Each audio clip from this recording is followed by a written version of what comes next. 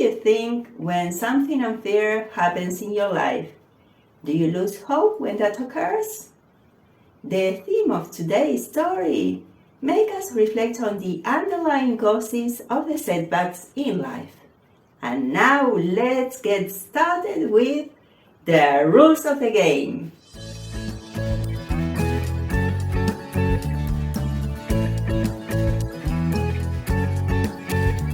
There were high expectations at the office because a new boss was coming. Patrick, the assistant manager, shared the news that she was a French woman who had worked for an important company abroad. She was tall, thin, very gentle, and an easygoing person. Welcome to the office. Patrick told Colette, the new manager. Nice to meet you. I'm Colette Dufoy. She answered. Everybody at the office really liked Colette. She knew how to motivate people and she fostered teamwork. Jack and Rose were managers too, at different departments, but they had to work with Colette on many projects. Besides, they shared part of the staff to work with. The board of directors held Colette in high regard, which stirred up jealousy in Rose and Jack. Rose wanted to be considered the most valuable manager in the company and couldn't stand that Colette may leave her in the shadows. She was rude to people and nobody liked her because she made fun of some of the workers. Pete, an old man who handed out files, had been in a car accident and couldn't go to work for a long time. He had a limp because of the accident. One day, Rose told another worker while she watched Pete take the lift. Look at him. That man's got a dog limp. He does it just to avoid working. Some people wanted to report her for workplace harassment, but they were afraid of her because she had a lot of important social contacts, and they thought they could lose their job if they did so. Apart from that, Jack, the other manager, was on the same page as her, although he was more diplomatic. On the other hand, Colette was always willing to give a helping hand and was a good-hearted person.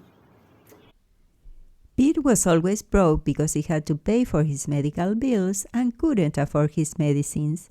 When Colette found out, she got him free drug samples from a lab. Some people found Colette's accent weird because she was French, but most loved it because it sounded sweet and musical, which made Rose envy her. She's an outsider. Rose told Jack. We must smash her like a mosquito against the wall. She added. When one of the managers took leave, the others had to cover for them. Colette was very responsible, so whenever she had to do her colleagues' work, she treated it as if it were her own. However, when Colette went on holiday to France to visit her family, Rose neglected everything related to Colette's department.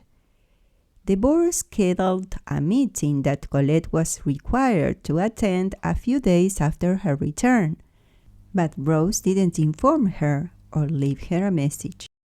Fortunately, Colette overheard a secretary mentioning the meeting, which gave her time to prepare.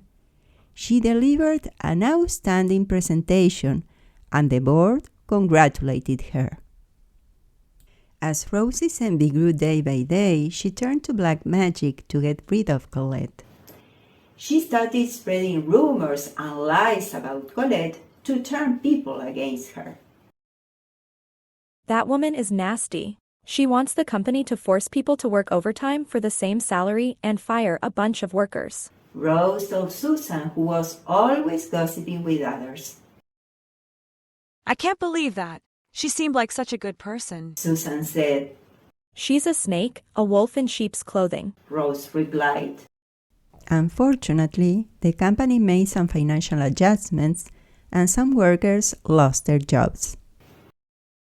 Rose made sure everyone blamed Colette. Although she had nothing to do with it, Rose convinced everyone that Colette was guilty. Soon, people began avoiding Colette and talking behind her back.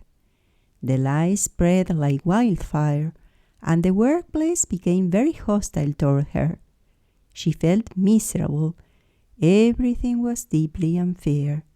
So she decided to return to France and work at one of the company's branches, even though the salary was lower. She always asked herself why she had to live as if she were a criminal, even though her behavior had been impeccable. One Saturday afternoon, she visited Antoine, a healer and close friend. She told him about the situation she had gone through and how painful it had been for her. Antoine channeled messages from ascended masters, angels, and beings of light. Oh, don't worry, my dear friend. I'll tell you the message I always receive from my masters. Antoine said, Those who come to Earth are in a dimension of learning. We achieve perfection through experience, trial, and error. One of the immutable universal laws is the law of cause and effect. If you do something wrong, the universe will allow you to experience the results of your actions in this life or in another reincarnation. Rose will have to face the consequences of her behavior in the future. Perhaps she'll be slandered or suffer from a disabling disease. Nobody knows what the spirit will choose to make the learning process effective. But the most important thing for you to move on is to forgive her. Your ability to forgive is being put to the test. Think about this. To experience duality, bad things have to occur. We must make mistakes in order to learn from them.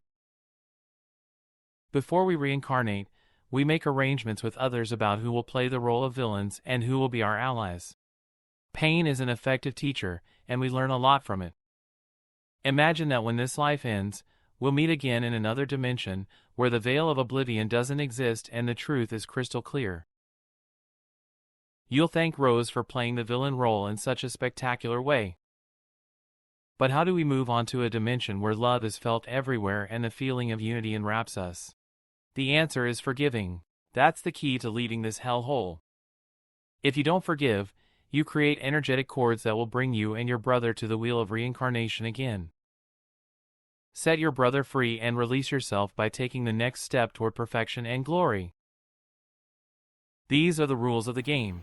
Colette remained thoughtful after this explanation, and a few minutes later she said, "Thanks a lot, my dear friend. When you find answers to your questions, everything changes." And Antoine added, "Always remember that you have the answers in your soul. The only thing you have to do is to tune into your higher self and find guidance."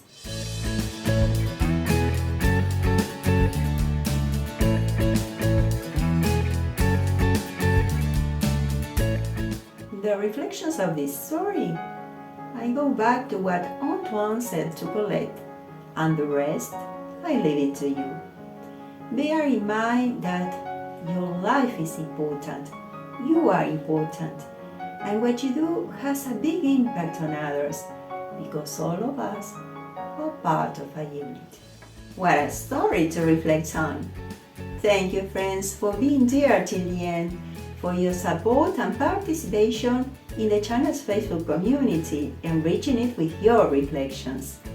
I also want to thank you for subscribing to the channel, and don't forget to hit the bell button to be updated on new videos. Everybody has setbacks in life. Holding the correct perspective is the clue to overcoming obstacles. Remember that after the rain, the sun shines again.